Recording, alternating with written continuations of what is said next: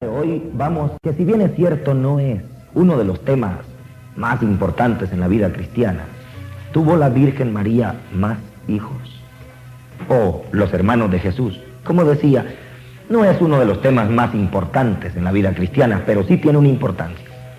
La importancia que tiene es poder explicar nuestra posición como católicos con respecto a este tema, dado a que con este y otros más, algunos hermanos que no piensan como nosotros nos tratan de sembrar una semilla que se llama duda. Duda sobre la doctrina de la iglesia, duda sobre el magisterio de la iglesia, y eso sí es peligroso. Cuando la iglesia nos enseña algo, no es que se le ha ocurrido a un papa o se le ha ocurrido a una persona, es toda la tradición cristiana de los 20 siglos que llevamos de estar llevando el mensaje de la palabra a todos los hombres de todos los tiempos. Por eso, para cimentar nuestra fe y nuestra confianza en la doctrina de nuestra iglesia, y para poder quitar dudas y exponer nuestro pensamiento, damos inicio a este tema: los hermanos de Jesús. En primer lugar, quiero decirles que este tema es un tema que escapa a todos los datos de la Biblia. Leyendo la Escritura no encontramos nada que nos pueda decir con certeza si María tuvo más hijos o si María no tuvo más hijos. La Biblia no se ocupa de ese tema, como dije antes, no era uno de los temas fundamentales. Pero sí encontramos en la Escritura algunos argumentos. Los protestantes encuentran argumentos que les apoyan la idea de que María tuvo hijos. En cambio, los católicos encontramos argumentos que nos confirman la idea de que María solamente tuvo a Jesús. Vamos a estudiar los argumentos que exponen los protestantes y luego veremos los argumentos nuestros para llegar a una conclusión. Iniciemos entonces en el nombre del Señor nuestro estudio. Veamos primero los argumentos protestantes. El primer argumento lo encuentran ellos en la lectura de San Mateo capítulo 1, versículo 25. Aquí dice la palabra del Señor así: y no la conocía hasta que ella dio a luz a un hijo y le puso por nombre Jesús. Palabra de Dios, te alabamos, Señor. No la conocía hasta que ella dio a luz. Aquí los hermanos protestantes dicen, quiere decir que después que ella dio a luz, sí la conoció. No la conocía hasta que ella dio a luz, pero después sí la conoció. Queremos explicar que el hasta que no está hablando de lo que pasa después, sino que está hablando de lo que no ha pasado antes. El propósito del evangelista que escribe no es hablarnos sobre la vida sexual del matrimonio de Nazaret. Él dice, no la conocía hasta que ella dio a luz. Él está hablando de todo el periodo anterior. Jesús nace sin intervención del hombre. Eso es lo que quiere decir. No la conocía hasta que ella dio a luz. Hasta este momento no había relación sexual entre José y María. No dice, y la conoció después que.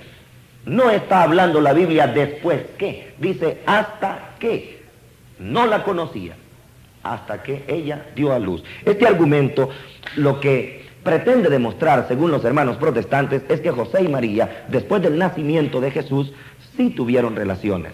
Pero la Biblia lo que le interesa decir es que Jesús nace sin la intervención humana. Para entender mejor esto podríamos leer lo que nos explica el libro segundo de Samuel en el capítulo 6, en el versículo 23. Libro segundo de Samuel, capítulo 6, versículo 23, donde dice: y Mical, hija de Saúl, no tuvo ya hijos hasta el día de su muerte. Palabra de Dios, te alabamos, Señor. Mical, hija de Saúl, no tuvo hijos hasta el día de su muerte. Es lo mismo, no tuvo hijos hasta el día de su muerte. No quiere decir que después sí tuvo, porque no puede ser lógico que una mujer muerta tenga hijos. Hasta el día de su muerte no tuvo hijos. El hasta que o el hasta aquí habla de lo que ha pasado o no ha pasado antes y no se refiere a lo que pase después. Este es el primer argumento que nos presentan los hermanos. Luego tenemos un segundo argumento. El segundo argumento que ellos nos presentan es lo que nos dice San Lucas en el capítulo 2, versículo 7. y dio a luz a su hijo primogénito, lo envolvió en pañales, le acostó en un pesebre, porque no había sitio en el alojamiento. Palabra de Dios, te alabamos, Señor. Aquí dice, dio a luz a su hijo primogénito. Y dicen los hermanos, si es primogénito, es que habían otros. Si es el primero, si es el primogénito, quiere decir que habían otros hijos. Ese quiere decir que habían otros hijos, es solamente una suposición. Porque el título de primogénito, como bien lo sabemos, expresa dignidad. Usted puede recordar aquella historia del Génesis en el capítulo 25, cuando Esaú vende la primogenitura a Isaac. Allí encontramos que la primogenitura es un título. No importa si hay o no hay otros nacimientos. Y que el título de primogénito en Jesús tiene un significado espiritual, lo podemos ver en la carta a los Colosenses. Cuando el apóstol San Pablo, en la carta a los Colosenses, capítulo 1, versículo 15, nos dice lo siguiente. Él es imagen de Dios invisible, primogénito de toda la creación. Palabra de Dios. Te alabamos, Señor. Él es el primogénito de toda la creación. Jesús no pierde el título de primogénito, lo es de toda la creación. Y no podemos decir que María sea la madre de toda la creación en el sentido material. Él es primogénito. Además, también en la misma carta del apóstol San Pablo, en el versículo 18, nos dirá, Colosenses 1:18, escuchemos. Él es también la cabeza del cuerpo, de la iglesia. Él es el principio, el primogénito de entre los muertos, para que sea el primero en todo. Palabra de Dios. Te alabamos, Señor, para que sea Él el primero en todo. Es el primogénito de todos los muertos, el título de primogénito en Jesús. Y donde lo encontramos mucho más claro que en Jesús, la primogenitura es el título que Él adquiere o tiene como derecho, es en la carta a los Romanos, en el capítulo 8, versículo 29. Escuchemos con atención. Pues a los que de antemano conoció, también los predestinó a reproducir la imagen de su Hijo, para que fuera Él el primogénito entre muchos hermanos. Palabra de Dios. Te alabamos, Señor, para que fuera Él el primogénito entre muchos hermanos. Aquí tenemos bien claro que la primogenitura entonces es un título que adquiere Jesús, hayan o no hayan otros nacimientos. Un texto de la Biblia puede explicarnos exactamente esta dificultad. El libro primero de las Crónicas, en el capítulo 23, versículo 17, nos dice así: hijos de Eliezer, Rahabías el primero. Eliezer no tuvo más hijos. Palabra de Dios, te alabamos, Señor. Escuchó, hijos de Eliezer, Rahabías el primero. El primogénito traducen otras versiones de la Biblia, otras traducen el principal, el jefe. El primero. Y Eliezer no tuvo más hijos. Sin embargo, lo llama el primero, lo llama el primogénito, aunque no haya tenido más. Por lo tanto, cuando la Biblia dice dio a luz a su primogénito, no quiere decir que después tuvo más. Puede ser primogénito y único. Pasémonos a otro argumento. En la Escritura encontramos, en muchos pasajes de la Biblia, una expresión que dice: tu madre y tus hermanos te buscan. Eso lo puede encontrar usted en San Mateo capítulo 13, versículo 46, en San Marcos 3:31, en San Lucas 8:19, también Juan lo dice en Juan 7:3, y también en Hechos de los Apóstoles 1:14, dice acerca de María, la madre, y los hermanos de Jesús. Y entonces los hermanos protestantes dicen, si Jesús tenía hermanos, quiere decir que María tenía más hijos. Porque para ellos el término hermano significa hijos de la misma madre. Y es aquí donde está el problema. En la Biblia la palabra hermano adquiere diversos significados. El término hat, que es en hebreo hermano, o adelfos en griego, Nosotros lo traducimos hoy por hermano.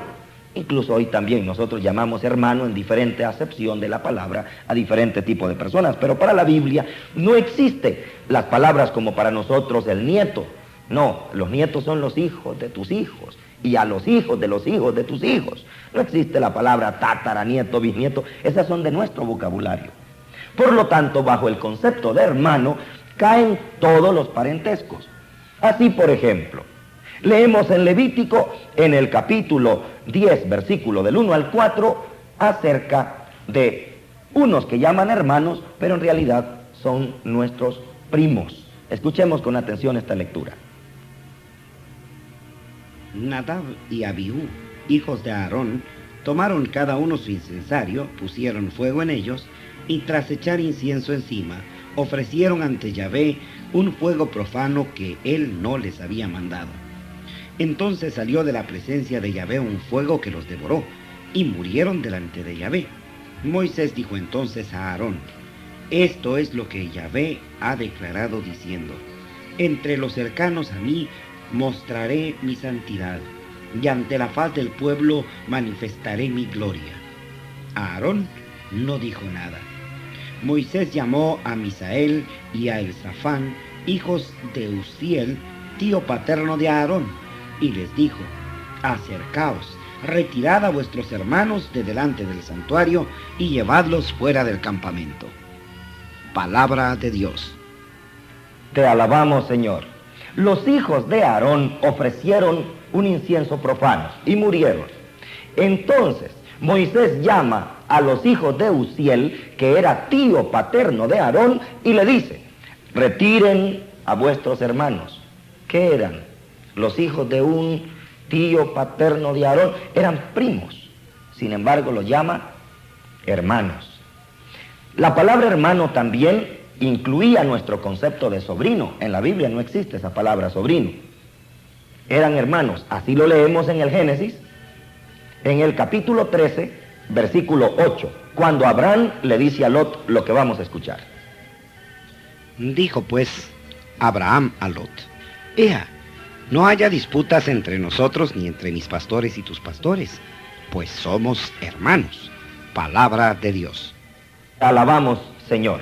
Y sabemos por el capítulo 12, versículo 5 del Génesis, que Abraham no era hermano realmente de Lot. Lot era hijo de un tío o de un familiar de Abraham. Por lo tanto, él lo llama hermano, pero la relación que había entre ellos era más bien de un tío con un sobrino. El término hermano se amplía en la Biblia a muchos significados. También puede llamarse hermano el que pertenece a la misma tribu. Leemos el libro segundo de Samuel en el capítulo 19, versículos 12 y 13. Llegaron hasta el rey estas palabras de todo Israel, y el rey David mandó a decir a los sacerdotes Sadoc y Abiatar: decid a los ancianos de Judá, ¿por qué vais a ser los últimos en traer al rey a su casa? Sois mis hermanos, mi carne y mis huesos sois, ¿y vais a ser los últimos en hacer volver al rey? Palabra de Dios. Te alabamos, Señor. Qué expresión más fuerte. Sois mis hermanos, mi carne, mi hueso sois. Eso parecerían de verdad hermanos carnales, pero no. Son a todos los ancianos de Judá. Toda la tribu de Judá se sentían hermanos de carne, de hueso. Sois mis hermanos, y eran solamente miembros de la misma tribu. Más claro lo encontramos este concepto hermano en el libro del Éxodo, cuando dice que Moisés visitó a sus hermanos. Capítulo 2, versículo 11 del Éxodo, aquí nos dice que hermano es un miembro del mismo pueblo, de la misma raza. Escuchemos con atención. En aquellos días, cuando Moisés ya fue mayor, fue a visitar a sus hermanos y comprobó sus penosos trabajos. Vio también cómo un egipcio golpeaba a un hebreo, a uno de sus hermanos. Palabra de Dios. Te alabamos, Señor. A un hebreo, a uno de sus hermanos. Y no todos los hebreos eran hijos de la misma mamá. Eran hermanos, porque eran de la misma raza. Ahora también en el Nuevo Testamento la palabra hermano se usa en diversos significados. Se usa para el discípulo. Así, por ejemplo, cuando Jesús resucitado le dice a las mujeres: vayan, avísenle a mis hermanos que los encontraré adelante en Jerusalén. Ellas van y le avisan a los discípulos. Eso lo leemos en Juan capítulo 20, versículo 17 en adelante. Escuchemos. Dícele Jesús: no me toques, que todavía no he subido al Padre, pero vete donde mis hermanos y diles: subo a mi Padre y vuestro Padre, a mi Dios y vuestro Dios. Fue María Magdalena y dijo a los discípulos que había visto al Señor y que había dicho estas palabras. Palabra de Dios. Te alabamos, Señor. Qué maravilloso. Jesús le dice a la mujer: vaya donde mis hermanos. Y ella va y se lo dice a los discípulos. O ella no le hizo caso, o es que el término hermano incluía también a los discípulos. La palabra hermano es usada en diferentes significados. Si no, ¿cómo entenderíamos lo que dice el libro primero de las Crónicas en el capítulo 15? ¿Cómo entenderíamos esto? Voy a leerle libro primero de Crónicas, capítulo 15, versículo 3 en adelante. Escuche. Congregó pues David a todo Israel en Jerusalén para subir el arca de Yahvé al lugar para ella que estaba preparado. David reunió también a los hijos de Aarón y a los levitas. De los hijos de Kehat, a Uriel, el jefe, y a sus hermanos, 120. De los hijos de Merari, a Asaías, el jefe, y a sus hermanos, 220.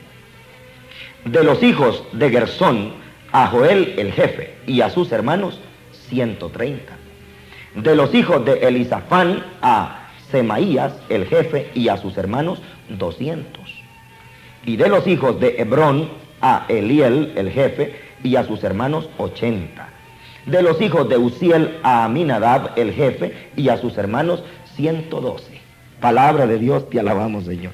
Qué familias estas más grandes. Y no podemos creer que eran hijos de la misma mamá. Simplemente el término hermano, pues, incluye a otro tipo de parentesco. En la Biblia podemos encontrar los diferentes significados de esta palabra.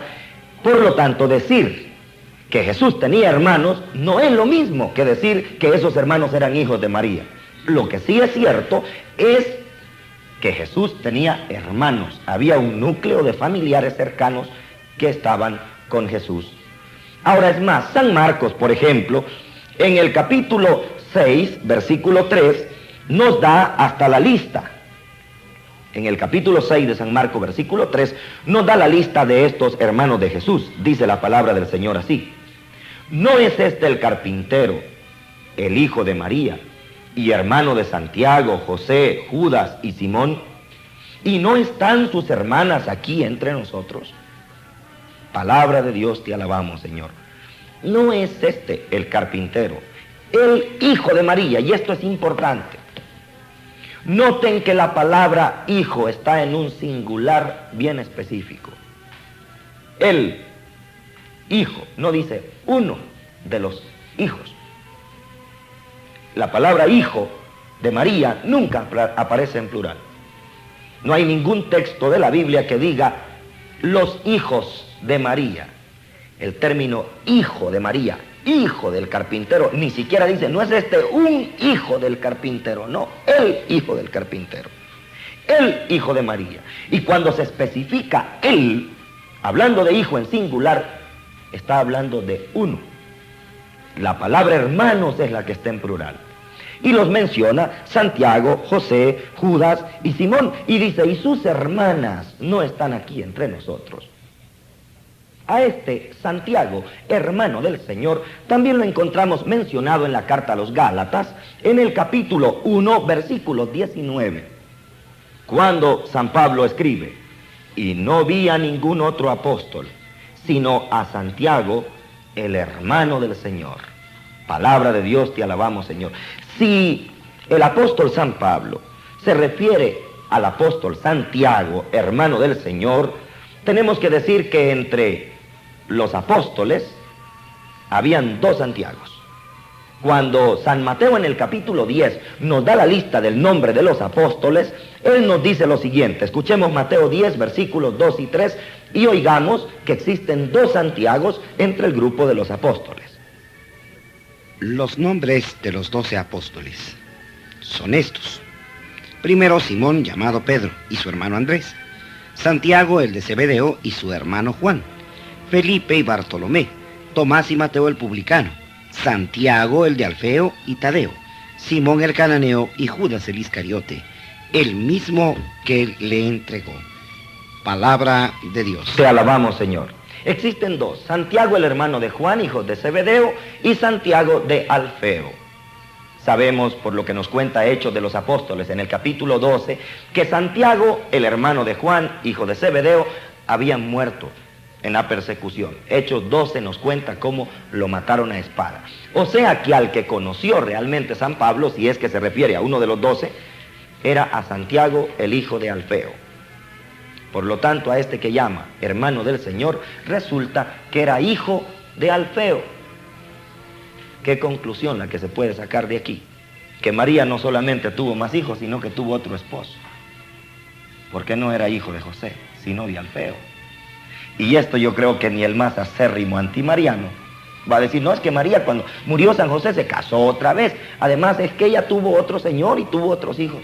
No podemos llegar hasta tanto. Simplemente es que la palabra hermano tiene otros significados. Y no solamente el estricto, nacidos de la misma madre.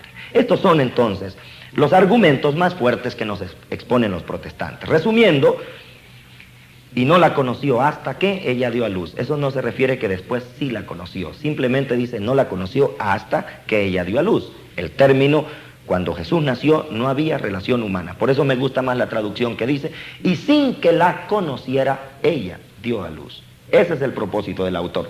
El otro argumento es, dio a luz a su primogénito. Eso no quiere decir que hayan nacido otros. Puede ser primogénito y único. Recuérdese de lo que leímos en el libro de las Crónicas. Aquel hombre era primogénito y era único. Y el otro argumento es, la Biblia menciona que Jesús tenía hermanos. Sí, pero al decir hermanos, no quiere decir que sean hijos de la misma mamá. Estudiemos un momento ahora los argumentos que tenemos los católicos. Porque así como hay argumentos que a los hermanos protestantes les hacen pensar que María tuvo más hijos, hay argumentos que a nosotros nos hacen pensar que María no tuvo más hijos, solamente a Jesús. Y así encontramos en primer lugar, cuando San Lucas describe la familia de Nazaret, usted lo recuerda, es en el capítulo 2 de San Lucas, no vamos a leerlo todo porque lo sabemos de memoria, versículos del 41 en adelante, cuando Jesús se pierde en el templo, ¿lo recuerda? El niño Jesús perdido y hallado en el templo. Y dice al final, ya por los versículos 51, bajó con ellos y vino a Nazaret. Vivía sujeto a ellos. Su madre guardaba cuidadosamente estas cosas en su corazón. Jesús progresaba en sabiduría, en estatura y en gracia delante de Dios y de los hombres. Palabra de Dios. La familia de Nazaret que nos presenta San Lucas es un matrimonio con un hijo único. El niño se pierde, lo buscan 3 días. La pareja, José y María, no tienen aparentemente ningún otro compromiso más que buscar a su hijo. Lo encuentran, baja con ellos, vive y crece en Nazaret. Ahí no aparece en ningún momento una familia con muchos hijos. Por lo menos no se ve la posibilidad de que diga él crecía con sus hermanitos o él crecía con los otros hijos de su madre, que debería ser, si usted estudia en la Biblia, siempre que hablan de un personaje, siempre hablan de los hijos de su madre o de su padre, y de Jesús no se menciona. Nos causa también una extrañeza profunda lo que San Juan nos va a narrar que ocurrió al pie de la cruz. Cuando Jesús muere, Jesús deja a María en las manos del apóstol San Juan. ¿Lo recuerda? Esto lo encuentra usted en el Evangelio según San Juan, en el capítulo 19, versículos 25 en adelante, donde dice, junto a la cruz de Jesús estaba su madre y la hermana de su madre, María, mujer de Cleofas, y María Magdalena. Jesús, viendo a su madre y junto a ella al discípulo a quien amaba, dice a su madre, mujer, ahí tienes a tu hijo. Luego dice al discípulo, ahí tienes a tu madre. Y desde aquella hora el discípulo la llevó a su casa. Ahí tienes a tu hijo. Son poquísimos, pero muy poquísimos los protestantes que dicen, ya ven, si Juan era hijo de la Virgen María. No creo que haya nadie que sostenga ya esa teoría. Tu hijo, es una maternidad espiritual, no es física. ¿Y por qué Jesús tiene que dejar a su madre con un discípulo, el amado, pero no con un hijo carnal? Cualquiera podría decir, porque no estaban ahí los hijos carnales. Es que no habían. Allí estaban los familiares que habían. Estaba la hermana de su madre junto con ella. Pero no estaban los hijos carnales, porque no habían. Jesús la deja con Juan. Y esto es una discontinuidad para el mundo hebreo. El parentesco, ustedes recuerdan, cuando muere el esposo de una mujer, ¿quién es el que tiene el derecho de casarse con ella? ¿Lo recuerda usted? El hermano del difunto. Cuando muere el padre, deja en herencia a la madre al hijo mayor. Cuando muere el hijo mayor, deja a la madre al otro hijo. La sucesión familiar, el cuidado de la familia es tan especial que no podía dejarse en manos de un extraño. Si Jesús deja a María en manos de Juan, es porque no habían otros hijos. Y Jesús sentía ese dolor. ¿Lo recuerda usted cuando él resucitó al hijo de la viuda de Naín? Nos cuenta San Lucas que Jesús tuvo compasión de aquella mujer que era viuda, cuyo hijo único había muerto. Él vio casi anticipado el cuadro de su madre. Sintió compasión de la mujer viuda, que su hijo único moría. Y era el caso de María, viuda, porque José ya había muerto. ¿Y por qué sabemos que José ya había muerto? Porque a Jesús ya no lo llaman el hijo del carpintero, sino que lo llaman el carpintero, ya había heredado el taller. Por lo tanto, María estaba sola y no había otro hijo más. Y por eso Jesús la deja con el discípulo amado. Pero algo mucho más importante. Cuando San Lucas narra el anuncio del nacimiento de Jesús, o sea, cuando la visita del ángel a la Virgen María para anunciarle que Jesús va a nacer de ella, usa una expresión que es un tema que se repite en la Biblia. Lucas capítulo 1, versículo 30. Escuche bien esto. El ángel le dijo, no temas, María, porque has hallado gracia delante de Dios. Vas a concebir en el seno y vas a dar a luz a un hijo, a quien pondrás por nombre Jesús. Palabra de Dios, te alabamos, Señor. Vas a dar a luz a un hijo. Esta frase y este cuadro de anunciación, cuando Dios anuncia el nacimiento de un hijo, siempre en todos los casos ha sido único. Por ejemplo, Isaac. Eso lo encontramos leyendo el libro del Génesis en el capítulo 18, versículo 10, cuando el ángel de Dios le dice a Abraham que su esposa va a dar a luz a un hijo. Escuchemos con atención. Dijo entonces aquel, volveré sin falta a ti pasado el tiempo de un embarazo, y para entonces tu mujer Sara tendrá un hijo. Sara lo estaba oyendo a la entrada de la tienda a sus espaldas. Palabra de Dios. Te alabamos, Señor. Para entonces Sara tendrá un hijo, y ese fue Isaac, único hijo de Sara. Otra vez que encontramos este mismo esquema de la anunciación es cuando leemos en el libro de Jueces, capítulo 13, versículo 3, el nacimiento de Sansón. Escuchemos con atención. El ángel de Yahvé se apareció a esta mujer y le dijo, bien sabes que eres estéril y que no has tenido hijos, pero concebirás y darás a luz un hijo. En adelante, guárdate de beber vino ni bebida fermentada y no comas nada impuro. Palabra de Dios. Te alabamos, Señor. Darás a luz a un hijo. Otra vez el ángel hablando de un hijo. Y Sansón fue hijo único. Encontramos otra vez esta misma expresión en San Lucas, capítulo 1, en el versículo 13, cuando el ángel anuncia el nacimiento de Juan. Escuchemos con atención. El ángel le dijo, no temas, Zacarías, porque tu petición ha sido escuchada. Isabel, tu mujer, te dará a luz un hijo, a quien pondrás por nombre Juan. Palabra de Dios. Te alabamos, Señor. Todas las veces que en la Biblia aparece un ángel anunciando el nacimiento de un hijo, siempre es único. Isaac es único, Sansón es único, Juan Bautista es único y Jesús es único. Jesús sería la excepción. Y todos los demás son figuras. Isaac es figura de Jesús, Sansón el que va a liberar al pueblo, Juan es el precursor. Todo eso estaba preparando el nacimiento de Jesús. Si los precursores fueron hijos especiales, nacidos, únicas criaturas, imagínense ustedes que el que estaban esperando fuera uno acompañado de otros 7. O sea, sería salirnos del esquema. El esquema de las anunciaciones en la Biblia anuncian el nacimiento de un hijo único.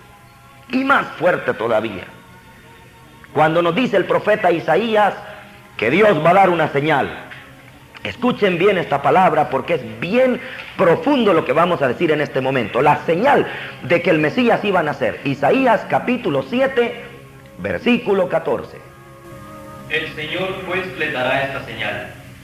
La Virgen está embarazada y da a luz un varón a quien le pone el nombre de Emmanuel. Palabra de Dios. Te alabamos, Señor. Esta es la señal. La Virgen está embarazada y da a luz a un hijo varón, al que le pondrán Emmanuel. La gran señal. Una virgen que da a luz. Esto es serio. Si es la señal de que el que está naciendo es el Mesías, porque es una virgen la que da a luz, ¿quién iba a creer esa señal? Si esta virgen era madre de otros 6 hijos. ¿Dónde está la virgen que dio a luz? Los judíos iban a conocer a Jesús hasta que Jesús estuviera grande, a los 30 años. ¿Y este quién es? Los cristianos iban a decir, los seguidores, es el Mesías. Pero si Isaías dijo que iban a ser de una virgen, sí, su madre es virgen, ¿cómo podían demostrar ellos que la madre de Jesús era virgen con otros 6 hijos más? Si era la señal prometida, la virginidad de María era la única señal. Esto le sirve de señal, que es una virgen la que da a luz. ¿Para qué un milagro tan grande? ¿Cómo iban a convencerlos? No es que ella era virgen cuando nació Jesús, pero después es que ella tuvo relaciones y tuvo otros hijos. ¿A quién le iban a creer eso? La señal. Esta es la Madre Virgen. La virginidad de María no era un capricho, era una promesa, era una profecía. Y no iba a ser María tan incontinente de romper la profecía y la señal de Dios. ¿Cómo se iba a perder esa gran señal? Isaías 7:14. Esta es la señal. La madre es virgen. Qué señal más bella. Y María estaba consciente porque le puso así: Dios con nosotros. Jesús, el Dios salva, el Emmanuel. Dios con nosotros. La gran señal. Así que nosotros los católicos creemos que María fue siempre virgen. Claro, en todos los argumentos católicos, todos los argumentos protestantes, no hay ningún texto que diga y María no tuvo más hijos. No hay. Tampoco hay un texto que diga y María tuvo más hijos. No hay. Solo son argumentos que a los protestantes los hacen ver que María sí tuvo hijos, y a nosotros nos afirman que María fue la gran señal, y su virginidad fue la señal del Mesías, de la cual los cristianos se sentían orgullosos. Si Él es el Emmanuel prometido por Isaías, la primera pregunta: ¿dónde está la virgen que concibió y dio a luz? María es la virgen. La Iglesia llamó a María la siempre Virgen María. Veamos un poco el testimonio de la historia, hermanos, porque nosotros estamos leyendo un libro, la Biblia, que respetamos mucho, pero la Biblia nos llegó a través de esta historia de la Iglesia. ¿Qué opina la Iglesia? ¿Cuál fue el pensamiento de aquellos que conocieron a los descendientes de los apóstoles? ¿Dónde está el testimonio? ¿Quiénes pueden saber más? ¿Nosotros a esta cantidad de años o los contemporáneos? Ahora nosotros estamos discutiendo el tema. Pero ¿qué pensaban los contemporáneos, los que vivieron en ese tiempo, acerca de este tema? Veamos algunas citas de la historia que nos interesa señalar. Para el año 374 encontramos en lo que se llama el símbolo de Epifanio, esta frase: fue perfectamente engendrado de Santa María, siempre virgen, por obra del Espíritu Santo. El testimonio del año 374. Si pensamos que Juan murió ahí alrededor del año 100, o un poco adelante, solo habían pasado como 270 años y vivían los que habían conocido al grupo de los apóstoles. Además, en ese tiempo cualquiera hubiera dicho: ¿cómo es eso de que la siempre Virgen María, si yo soy hijo de ella, yo soy nieto o yo soy bisnieto? Habría gente reclamando. Y hablando sobre este tema específicamente, San Ciricio escribe a San Anicio en el 392 una carta donde le expresa los siguientes conceptos. Oiga bien, año 392. ¿Quién puede saber más acerca de la familia de Jesús? ¿Ellos en esa fecha o nosotros a casi 2000 años de historia? Escuchemos entonces lo que escribe San Ciricio a San Anicio en el 392. A la verdad, no podemos negar haber sido con justicia reprendido el que habla de los hijos de María. Y con razón ha sentido horror vuestra santidad de que del mismo vientre virginal del que nació, según la carne, Cristo, pudiera haber salido otro parto, porque no hubiera escogido el Señor Jesús nacer de una virgen, si hubiera juzgado que ésta había de ser tan incontinente que con semen de unión humana había de manchar el seno donde se formó el cuerpo del Señor, aquel seno, palacio del Rey eterno. Porque el que esto afirma, no otra cosa afirma que la perfidia judaica de los que dicen que no pudo nacer de una virgen, porque aceptando la autoridad de los sacerdotes, pero sin dejar de opinar que María tuvo muchos partos, con más empeño pretenden combatir la verdad de la fe. Qué hermoso testimonio de la historia, aunque está revestido ese lenguaje de una concepción que ya hemos superado. ¿Cómo es posible que se manche con semen humano el vientre virginal donde se formó el Mesías? Sabemos que la unión conyugal y el matrimonio no es nada que pueda manchar o algo impuro. Pero la concepción es la siguiente: a la verdad, dice, nos parece que fue con justicia reprendido aquel que habla de que María tuvo otros hijos, y ha sentido horror vuestra santidad, porque no escogería a Dios una virgen tan incontinente para que luego se pierda la señal. Los judíos, dice esa carta, no creían que él había nacido de una virgen. Y ellos decían: no, él es el hijo de José, es el hijo del carpintero. ¿Cómo va a ser hijo de una virgen si José es el papá? Ellos querían ver en Jesús el hijo de José. Y siempre se lo decían: es el hijo de José, es el hijo del carpintero. Y los cristianos decían: no, es hijo del Espíritu Santo, es obra del Espíritu Santo. ¿Cómo podían ellos sostener esa discusión con una virgen con otros 6 hijos más? ¿Cómo comprobar que todos esos no eran hijos de José, que eran también del Espíritu Santo? Es muy complicado. La gran señal de Isaías, la virginidad de María. Por eso nosotros los católicos creemos con la Iglesia.